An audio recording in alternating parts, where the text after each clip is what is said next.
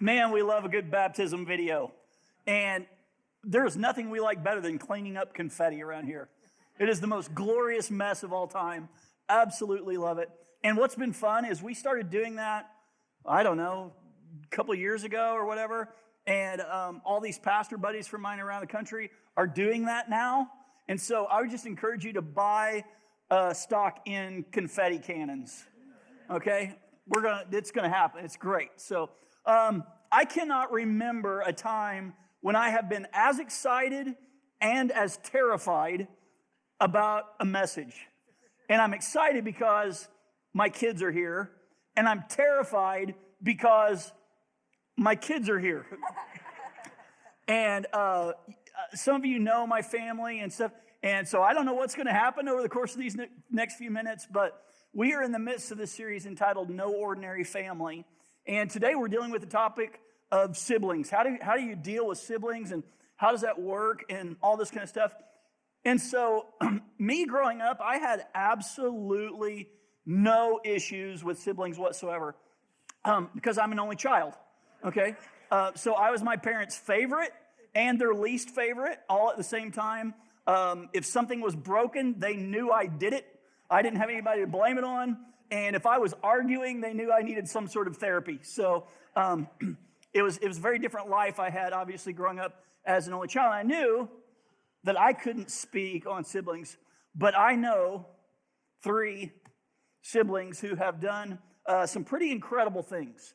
We've gone through some pretty amazing things together as a family, and just the way that they've learned to deal with those things and each other. And so we're just going to have a conversation today, kind of like we did last week as well, as we kicked off the series talking about marriage. But today we're just going to talk about a sibling relationship and what that looks like. So for those of you who don't know, I want to introduce you to my children. On the far right, this is my son, Peyton. Peyton, up on the screen now, you'll see Peyton and his wife, Autumn, and the greatest human on the planet, our granddaughter, Rhea. Can you tell she's the favorite? It is a battle for second. I'll just be honest with you. Autumn's second, for sure. It is. That's actually true. Number 1 and number 2, I think, are both in that picture. And neither one of them is you. It's not me. Yeah, and neither one of them is you. If you leave the family, that's all right. Really, okay. We're all right with that. But man, that is the greatest human on the planet, Rhea there, and she's here. And so they pastor at a church in Las Vegas called Verve Church. Peyton serves on staff there. He's the next gen pastor there, and so they live in Las Vegas.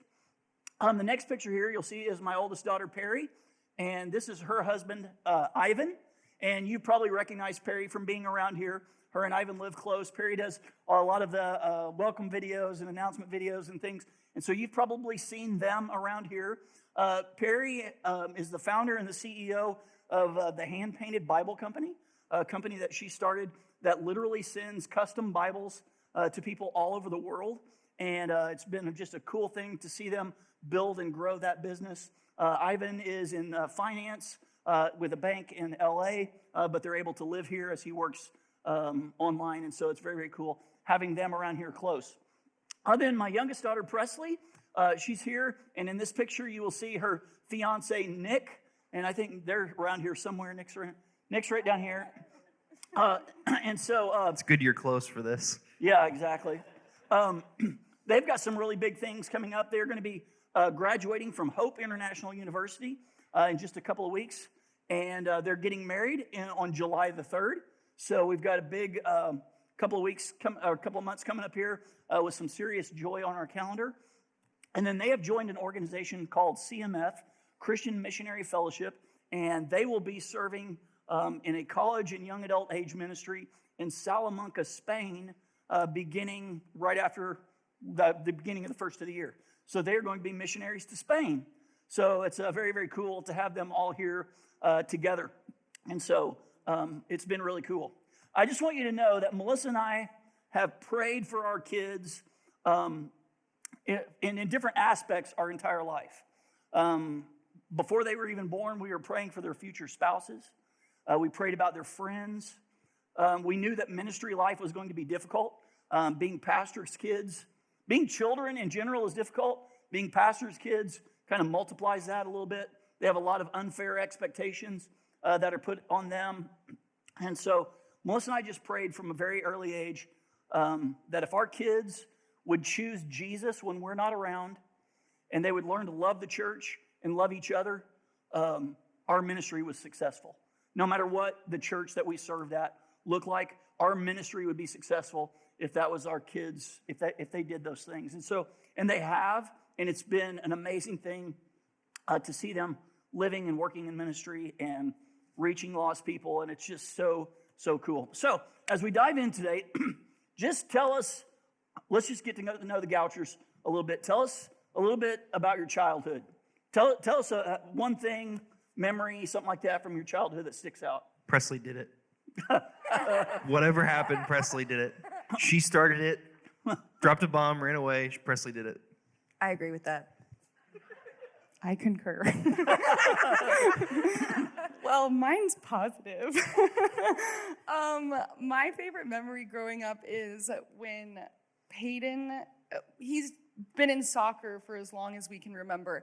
And my favorite thing about that was that Perry and I invested in this like love seat double chair cheetah print lawn chair, like a beach chair kind of. And we would park that thing on the sideline of every game that he ever did, soccer, football, I don't even remember, basketball, everything. And it was our favorite thing in the world to just sit and watch him on the sidelines. But we say we went for him, but we really went for the snacks after the game. But yeah. I agree. I also agree with that. One of my favorite things, and at my parents' house, I walk by it every time I'm at my parents' house. But Peyton had this trash can, okay? It's a big metal trash can, laundry hamper, multi-purpose tin can, if you will. And one day we were in an argument, me and Peyton and Presley. It was kind of one of those arguments that, like, you start out getting mad, and then one of you makes each other laugh, and then you kind of just laugh, and you're like, wait, why were we arguing? Kind of one of those things. And so this argument got to a place where Peyton picked up this trash can, and he heaved it across this hallway at Presley. Totally missed Presley, but took a giant chunk out of the wall. And so every time I walk past that little chunk in the wall, it wasn't until like 2 weeks ago when you guys repainted the house that the chunk finally went away. But every time I walk past that, I'm like, siblings. And he says, I'm the problem. Right? Scars of the household. That's right? the only hole I ever put in the wall at the house. Right, right. That week. Yeah, we have some serious. We have holes in our walls from ping pong at our house. So yeah, we had some full contact ping pong and all kinds of things that were going on in the house. But here's what we want you guys to know: we are by no means a perfect family who has it all figured out and did everything right. And we had some serious conflict inside our family. There were fights. There were all kinds of things. But just real quickly, though, who caused the most problems?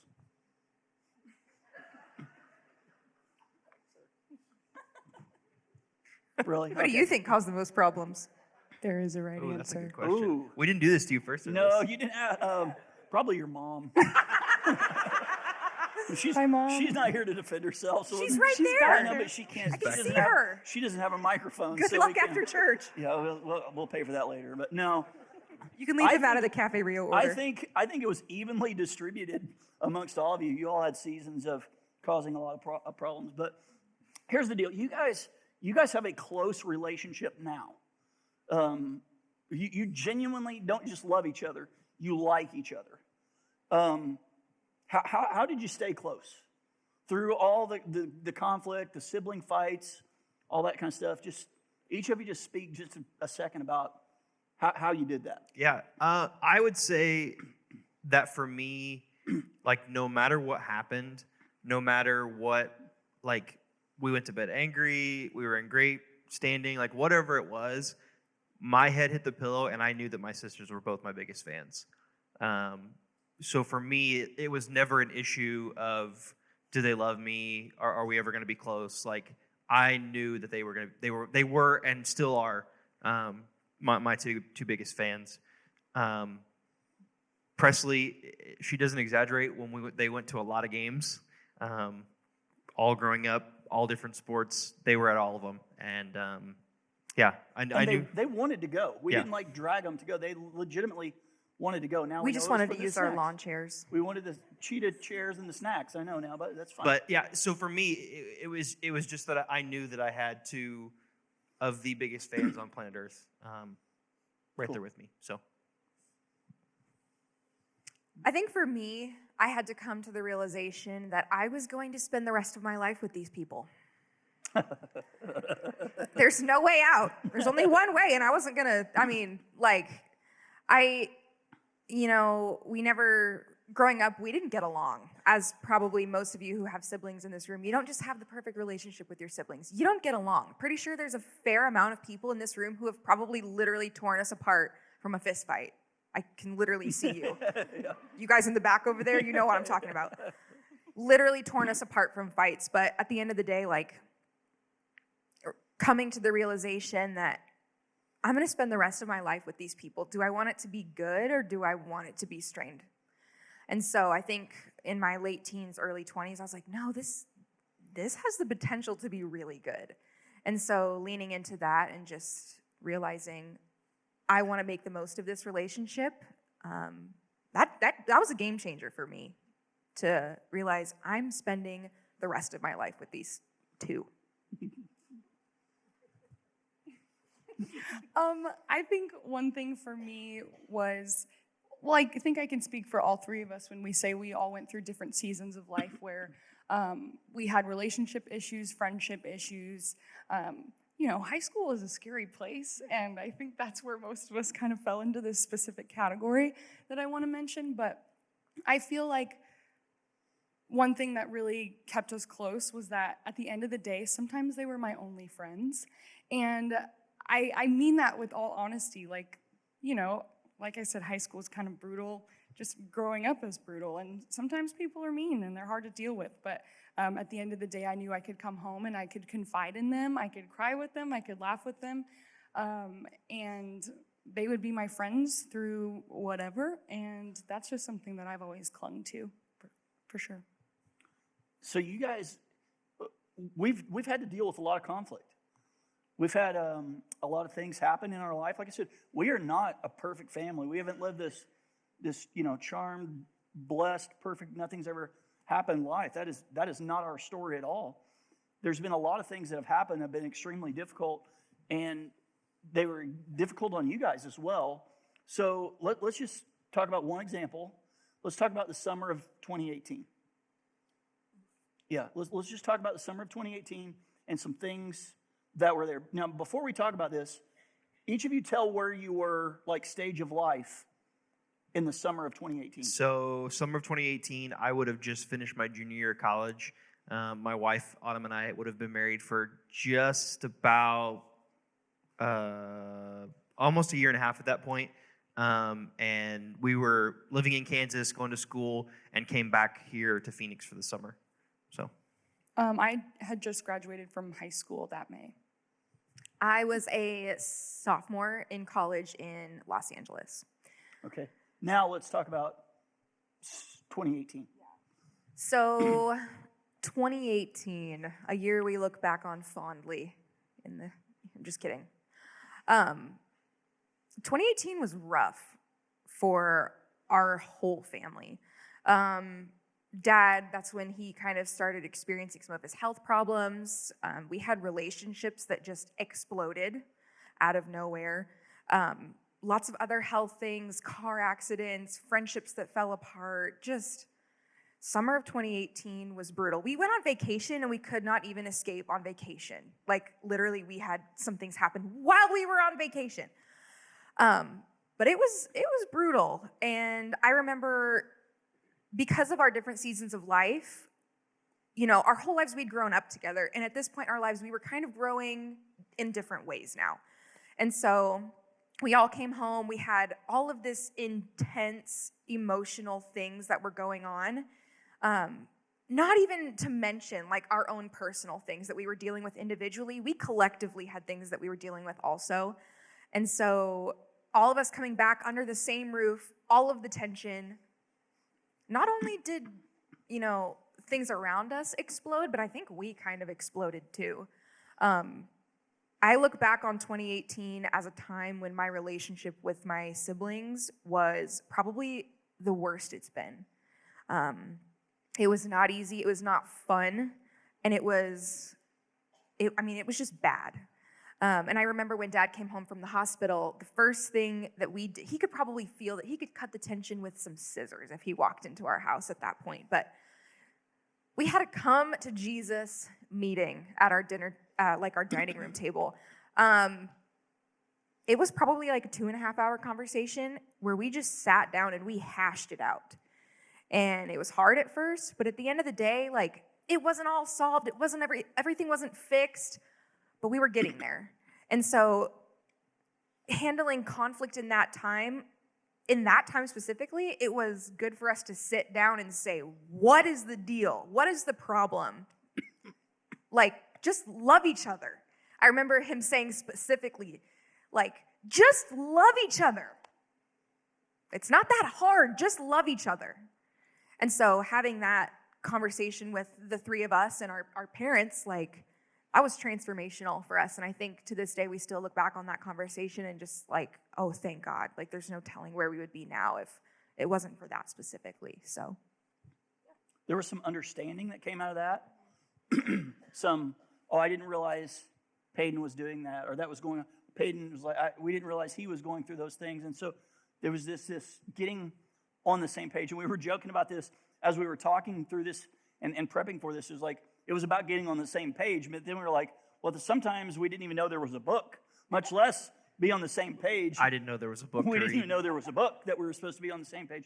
That's how far things had kind of gone, just because of stage of life and things. And so you brought all these different personalities who were experiencing things, growing at different rates, back into this just catastrophic summer. And it was bad. It was rough and it was bad. But in that moment, we just said, okay, we're going to love each other. And then we can figure out the rest. And so there was a lot of tears. Yeah. A lot of crying, a lot of stomping around during that time. But, man, Well, I think one of the most important things that came out of that is that I think that we all had a better understanding of the idea that we all process things at different rates. When Dad was in the hospital, for me it was okay, very plain as day, XYZ, this is how we're handling this, and we're just going to do it. That's there was a lot of hurry up and wait, and so we're just going to tackle this as it goes. And so for me it's we're going to do this, and for my sisters it's no, we need to talk through this and process this, and and so people process things at different rates. And with any relationship, I think it's very important that you understand that things need to happen in due time. It's not a rush to finish things. It's not a rush to fix something immediately. There's a process that some people have to go through in order to fully grasp a situation or a problem that's going on. And so I think there was a lot of that at the time. And because like Perry said, yes, we had this conversation, but did we walk away from the table? It was everything was different. Well, no. We had an intense 2.5-hour conversation. We all slept for 3 days afterwards because we were exhausted. And then, it was and still is a work in progress, to this day. It's not a one-time fixes all thing. And so people just process things at different rates and different speeds. And yeah. Well, I was going to say what you already said, but I think one thing that's really important to remember here is that all three of us, we always had the same end goal. There was always a love each other, love God, and be there for each other. We always knew that. That was just something that we've grown up learning and understanding, and just being so close throughout our childhood. But we didn't always have the same way of getting to that goal, like he had mentioned. And I think that book analogy works really well, because we were laughing about it just yesterday. It's I read the whole book, this metaphorical book. I read the whole book. Perry was in chapter 3, and Peyton didn't know the book existed. So we were all we all had the same end goal and we all wanted to do the same things, but we just have different ways of getting there. And so that conversation was really pivotal for us because we understood that, like, okay, now we are literally on the same page. We are all in each other's corners and we're going to help each other. We'll have a book club if we have to. Right. But yeah, I think that was Please, no book club. No book clubs. No, please. No book clubs. So then something else that's been transformational, I'm sure it has been in your lives too, it's when other people come into the family. As they've gotten older and stuff like that, now we have, Peyton got married and Autumn came into the family. Perry got married and Ivan came into the family. Presley is engaged and Nick is still on probation, whether he's going to be in the family or not. But no, just kidding. We'll see when July comes around. Yeah, we'll see. But no, just kidding. But there's a dynamic that happens when those others come in. So let's talk about that, just about how you guys dealt with that and processed that. I'm going to be honest. It was kind of hard the first time. Peyton was like, the last couple of years of high school, we finally started to get along. And we became each other's best friend. And when Autumn came along, I was like, yo, this guy got another best friend. Like, who is this chick? No, I'm just kidding. Presley and I grew up with Autumn. We were friends beforehand. And so we were really thankful that Peyton chose somebody that we had already loved. But adding her to the family, it was just the best. It was the best because we got to experience her as a friend, but then now we get to experience her as our best friend and our sister. And so it's hard at first, like bringing other people into the family when you do have a good relationship with your siblings, but it's worth it. It's so, so worth it. And now we have a little niece who I'm sure some of you guys will see running around here. We have a little niece who just opens her arms up really big and she goes, Perry, and she just runs towards me and I think she's gonna give me a hug and then she shoves right past me and goes to Ivan. Ivy! She just wants Ivy all the time. Yeah. But it's the best when your siblings bring somebody else in and then their family starts to grow and then you get to be a part of it and it's awesome. I like to think of it as like the greatest extension of all time because the two people that are already officially a part of our family make us exponentially better. They bring so many good qualities and relationships even and just wisdom into our family. And I think for me specifically, it's a little bit different because I'm the youngest, and so I also look up to them as mentors. And one thing that Nick and I have talked about on a couple of different occasions is just like, when I look at Autumn, I'm like, she's the most incredible mom. And this got me last service too, because I love talking about it. Autumn, I love you. So she's only been a mom for not even 2 years, 2 years in June. And she just holds herself with such a poise and a passion and a love that is just so inspiring. And I look at her and I just think, like, I hope I'm half the mom that she is. And then Ivan, of course, is like so great and full of wisdom and love and encouragement. And I can't even tell you like how many times just this morning he said, I'm so proud of you for doing this. And I think that's so amazing because they both have such different personalities, but they bring so much and they make each other better, which is my favorite part because Nick and I, now being the youngest married couple in the family, we get to look up to them and we get to see two really strong, godly relationships outside of our parents and our grandparents that have just set the bar for like what to expect in marriage, but also being vulnerable enough to be like, yeah, marriage is really hard and relationships are really hard, but like Perry keeps saying, like it's just so worth it and they're just the best. I don't know what they're talking about. Bringing boys into the family is not fun. No, I joke. I love both Nick and Ivan, but it's different for me in the sense of.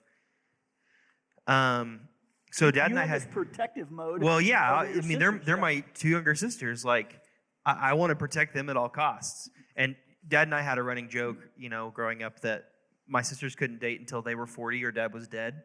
And so they broke those rules. But so it was different. And so dad and I had a conversation. You tell what you said first service a little bit about when Perry said, hey, what do you... Yeah, Perry, when Perry, I remember when she was starting to date Ivan, and she said, Dad, what do you think about Ivan?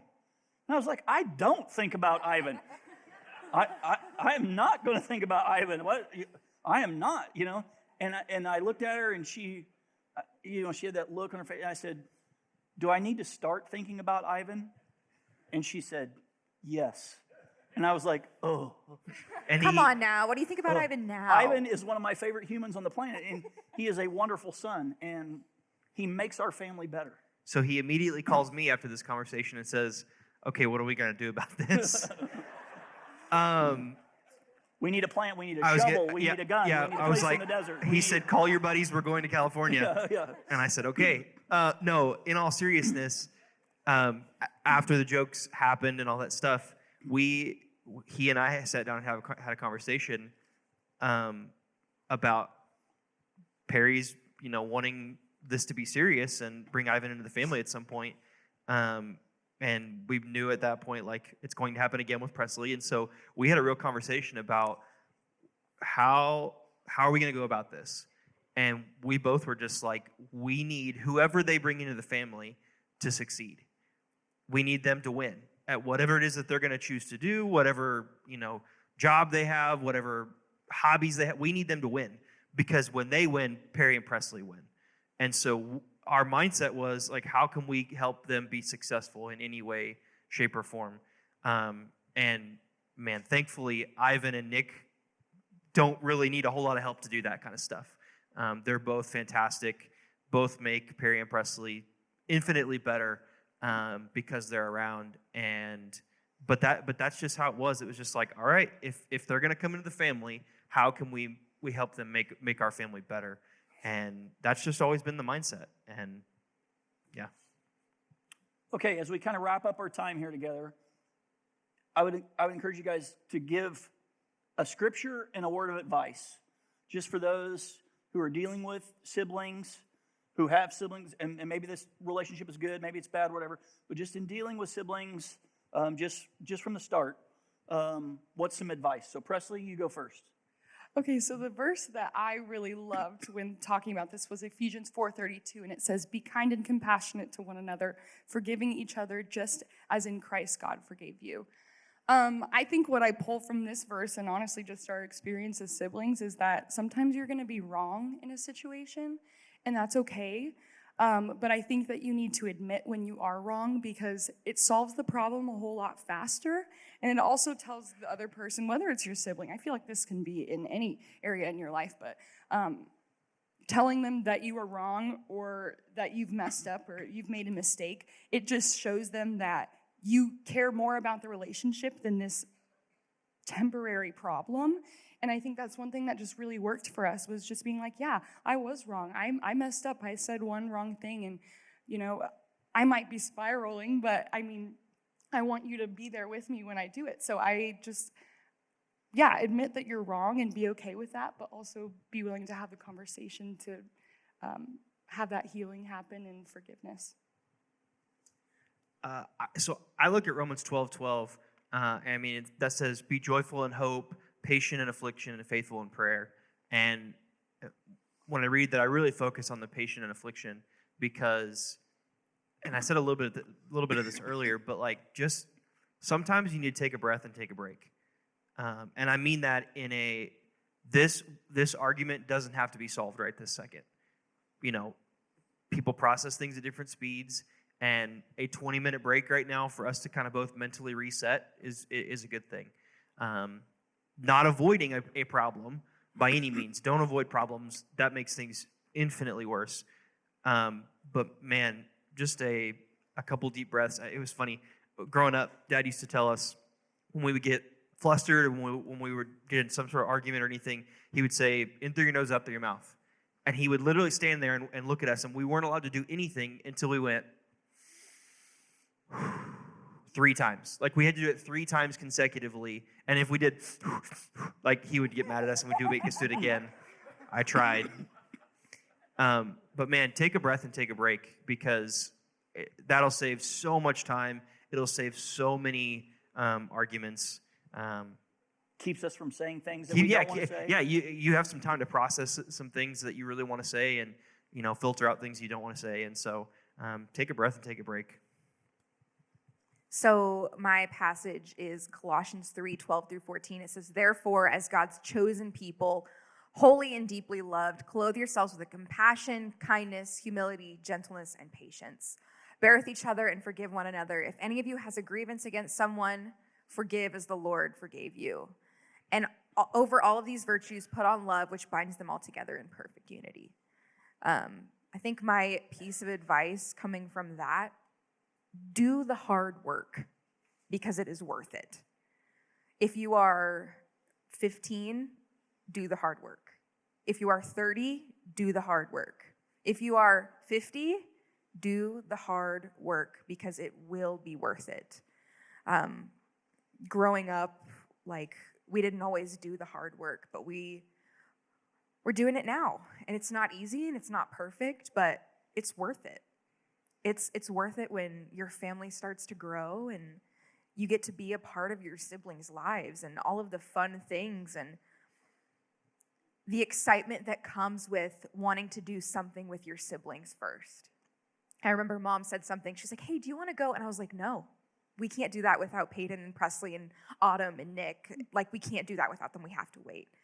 And so getting to that point takes a lot of hard work, but it is worth it. There was a common theme. I don't know if you noticed this in their passages, and it was forgiveness. It was forgiveness. And you got to extend it and you need to accept it. Both. And be quick to do both. Our family's not perfect, but we put joy on the calendar. We try to do the hard work. And I can just be honest with you right now, our best times are when we're together. They are. We've just over the course of this weekend, we've got about 24 hours together before Press and Nick and Peyton and Autumn go back to their places. And so we got together last night, just had everybody at the house, and it's just those are joyful things now, and it's just amazing to see. And I'm super proud of you guys, of who you are, who you're continually becoming, the way that you treat each other, just the way that you model Christ in what you do. And your mom and I are so proud of you, and it's been a joy to watch you guys grow up and be a part of that. As painful as it was sometimes, and difficult and expensive and all those kind of things. Presley did it. Awesome. Presley probably did it. Yes, that's true. And she didn't get in trouble for it. We know that. No, so. I was the loudest. I got in trouble for That's whatever right. it was. But that was your fault for being the loudest.